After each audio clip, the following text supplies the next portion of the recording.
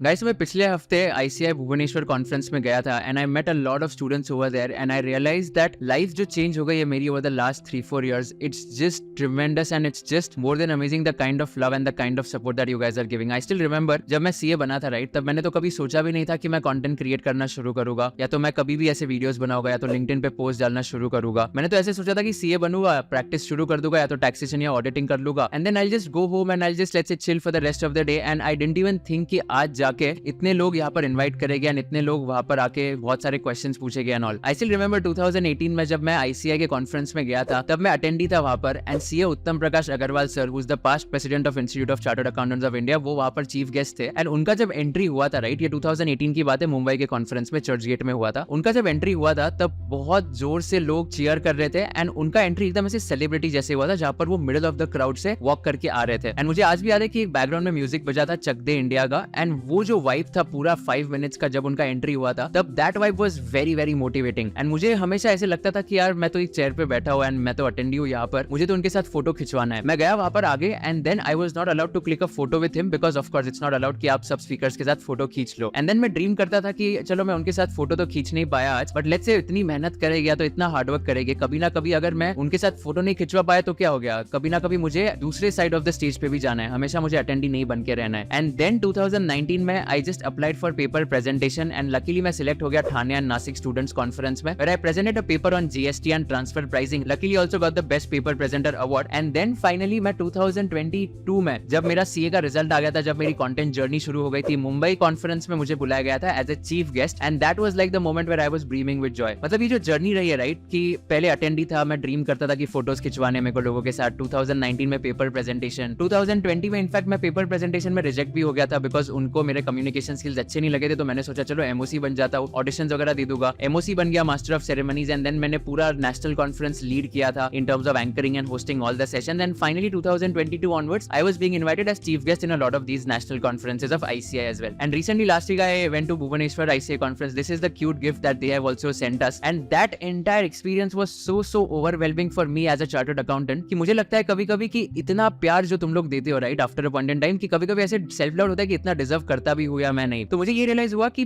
बहुत सारे स्टूडेंट्स ऐसे होते हैं जो बहुत क्लूलेस है लाइफ में। मैं भी एक ऐसा ही स्टूडेंट था, मुझे पता नहीं था कि आगे जाके करना क्या है, सीए के बाद एग्जैक्टली मेरा करियर पाथ क्या होगा, मैं सीए के साथ साथ क्या आर्टिकलशिप में पढ़ाई कैसे मैनेज कर सकता हूँ या तो कौन से कोर्सेज मुझे करने चाहिए। But all I feel after a point in time is कि एक बार जो मोटिवेशन है, तो एक बार जो इंटरनल इंस्टिंक्ट आ गया ना कि मुझे ये चीज करनी है, देन नो मैटर जो भी एक्सटर्नल सर्कमस्टेंसेस आएंगे तुम्हारे लाइफ में, you will be able to ensure कि आप वो सारे के सारे हिंड्रेंसेस या चैलेंजेस ओवरकम कर लोगे and you will come up with flying colours after a point in time. मुझे एक लड़के ने क्वेश्चन पूछा लास्ट वीक के आईसीआई कॉन्फ्रेंस में भुवनेश्वर में and this was very frank of that guy also to ask this question. उसने पूछा कि कुशल भैया, मैंने सोचा था कि मैं पढ़ाई करूंगा बट उसके बाद अपना क्रिकेट का वर्ल्ड कप आ गया तो मेरा टाइम उसमें चला गया, फिर मैंने सोचा कि क्रिकेट के वर्ल्ड कप के बाद मैं पढ़ाई करना शुरू करूंगा, देन रिलेटिव की शादी आ गई तो उसमें मेरे 7 दिन चले गए, फिर मैंने सोचा कि रिलेटिव की शादी हो गई तो उसके बाद मैं पढ़ाई करूंगा, तो ये आईसीआई का कॉन्फ्रेंस आ गया एंड अभी मुझे ऐसा लगता है कि मैं बार बार प्रोक्रेस्टिनेट करते रहता हूँ कि पहले तो वर्ल्ड कप आ गया, फिर उसके बाद रिलेटिव की शादी आ गई, फिर उसके बाद आईसीआई का कॉन्फ्रेंस आ गया, ऐसे कुछ ना कुछ आते जाएगा। तो मैं कंसिस्टेंट कैसे रहूं एंड मैं प्रोक्रेस्टिनेशन कैसे अवॉइड करूं? मैंने उसे एकदम सिंपल सा जवाब किया, टाइम मैनेजमेंट ना बहुत ओवररेटेड कॉन्सेप्ट है मेरे हिसाब से, टाइम प्रायोरिटाइजेशन बहुत अंडररेटेड कॉन्सेप्ट है। अगर आप प्रायोरिटी सेट करोगे 1 2 3 4 5 6 एंड जो नंबर 1 प्रायोरिटी है उसको हमेशा नंबर 1 पे रखोगे, अचीव करोगे, देन ऑटोमेटिकली आपके वो प्रायोरिटीज अचीव हो जाएंगे after a point in time. मैंने उसको सिंपल सी एडवाइस दी कि तू क्रिकेट वर्ल्ड कप देख रहा है, just make sure that you are watching some matches of India, जो भी इंडिया के मैचेस है, या तो ऐसा इंश्योर कर कि अगर इंडिया सेमीफाइनल्स में पहुंचेगी तो मैं वही मैचेस देखूंगा and not all the matches which are there of cricket world cup. Same relative की शादी, मैंने तो उसको ये एग्जांपल दिया कि मेरी सिस्टर की शादी थी 5 महीने बिफोर माय एग्जाम्स। मैं भी ये ब्लेम कर सकता था कि मेरे सिस्टर की एग्जाम है, मैं तो पढ़ाई नहीं करने वाला हूं, बहुत डिस्ट्रैक्शन है, मैं तो पढ़ाई बाद में करूंगा और पूरा मजे कर लूंगा। उसको मैंने ये एग्जांपल दिया कि रिलेटिव की शादी में भी 2 दिन 3 दिन जितने दिन है वो पूरा सेट असाइड कर लेना एंड प्लानिंग उस हिसाब से करना। आईसीआई के कॉन्फ्रेंस भी उसको पहले ही पता था कि ओके आईसीआई के कॉन्फ्रेंस में जाना है, तो उस हिसाब से प्लानिंग करके ये एंश्योर करना है कि you are then focusing on what you have to achieve after a point in time. And मैंने तो उसको ऐसा सिंपल एग्जांपल दिया कि एक बार सीए हो गया, 2 महीने 3 महीने की बात है, आगे जितने भी क्रिकेट के वर्ल्ड कप आने वाले सारे के सारे वर्ल्ड कप स्टेडियम से देख लेना after a point in time, because this is the only world cup which is clashing with your CA finals exam और सीए इंटर एग्जाम्स जो भी है। एंड देन एक बार ये एग्जाम्स हो गए तो आपको पूरी लाइफ बची, आपको वर्ल्ड कप स्टेडियम से देखना है, आपको फ्लाई आउट करना है, आपको टीवी पे देखना है, जहां पर भी देखना है आप देख लो। तो that was my point which I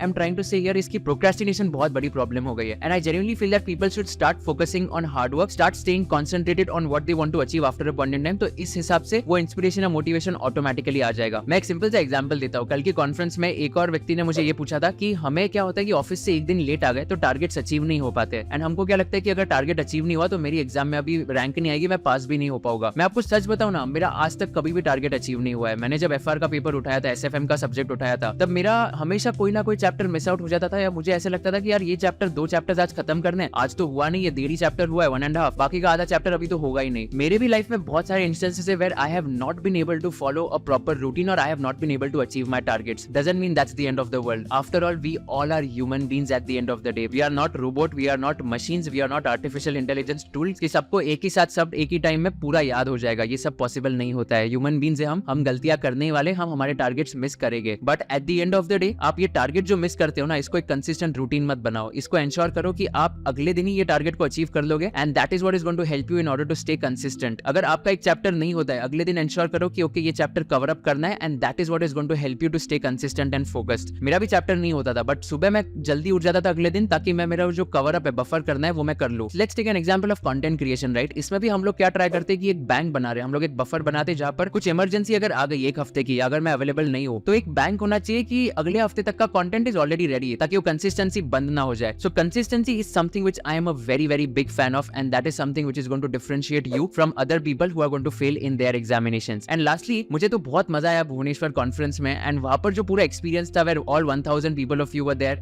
in front of me, बहुत ही अच्छा एक्सपीरियंस था in order to let's say just crack all the jokes which were there and just ensure that I am able to add some value in your life. मतलब वहां पर बहुत सारे celebrities भी आए थे जो वहां पर मूवीज के एक्टर्स या एक्ट्रेसेस होते हैं, but the love and support that you guys had given all of us who were there in the conference, speakers and all, I think that was something which really motivated all of us, and today I can say with all humility and all respect, ये बहुत motivate करता है मुझे भी in order to just give more and give back to the fraternity। मुझे ऐसा लगता है कि मैं काम नहीं कर रहा हूँ, मैं बस मदद कर रहा हूँ कुछ लोगों की, एंड ये मदद जो है मुझे लाइफ लॉन्ग करते रहनी है, and that is an attitude which will really help all of us to grow together। मैंने तो ऐसे शायरी के तौर पे बोला था, राइट, कि हम सभी ने सीए किया क्योंकि हमें बहुत पैसा कमाना है, हम सभी ने सीए किया क्योंकि हमें बहुत पैसा कमाना है, अब बहुत IIT IIM हो गया, अब तो सिर्फ चार्टर्ड अकाउंटेंट्स का जमाना है। एंड इसमें the reason I am telling this is that I can also give you some interesting statistics. पहले कोई भी सीए यूनिकॉर्न फाउंडर नहीं था, आज यूनिकॉर्न कंपनीज 108 यूनिकॉर्न्स है जिनका वैल्यूएशन मोर देन $1 बिलियन है, उसमें से 6 फाउंडर्स आर चार्टर्ड अकाउंटेंट्स। पहले CS were not even preferred in private equity, venture capital, investment banking, because ये लोग बोलते थे कि तुम्हें बात करना नहीं आता है। आज ब्लैकस्टोन की 11 मेंबर की जो जूनियर की टीम है उसमें 5 चार्टर्ड अकाउंटेंट्स है, एंड इवन इन्वेस्टमेंट बैंकिंग्स में आजकल चार्टर्ड अकाउंटेंट्स प्रेफर्ड होते हैं बिकॉज इन्हें बिजनेसेस इवैल्यूएट करना आता है, इन्हें नंबर्स पढ़ना आता है, and that is the most critical skills in investment banking and venture capital because you are evaluating businesses day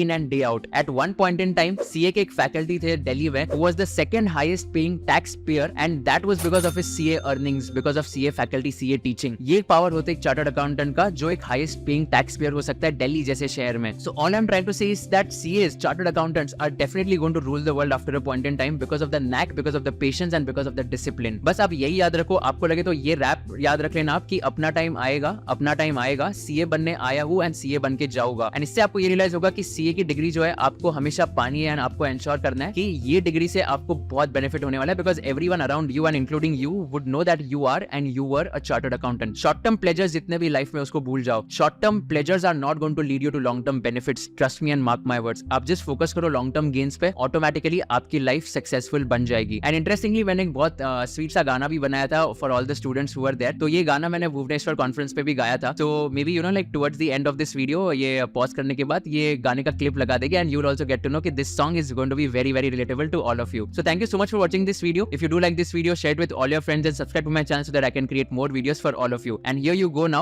the song part which is there, which I sang in the tone of Maan Meri Jaan of King, which will definitely help all of you in order to just get some motivation and bring a smile on your face as well. So here it goes. मैं कभी income tax के बड़े sections याद कर सकता नहीं, ऊपर से पेनल्टीज पेपर में पूछ लिया। मैं कभी सुबह ऑफिस में मेरे टाइम से पहुंचता नहीं, ऊपर से मेरा लीव पीरियड भी कम कर दिया। एग्जामिनर के दिल से ना कभी खेलूंगा, सारे राइट आंसर मैं 3 घंटे में दे दूंगा।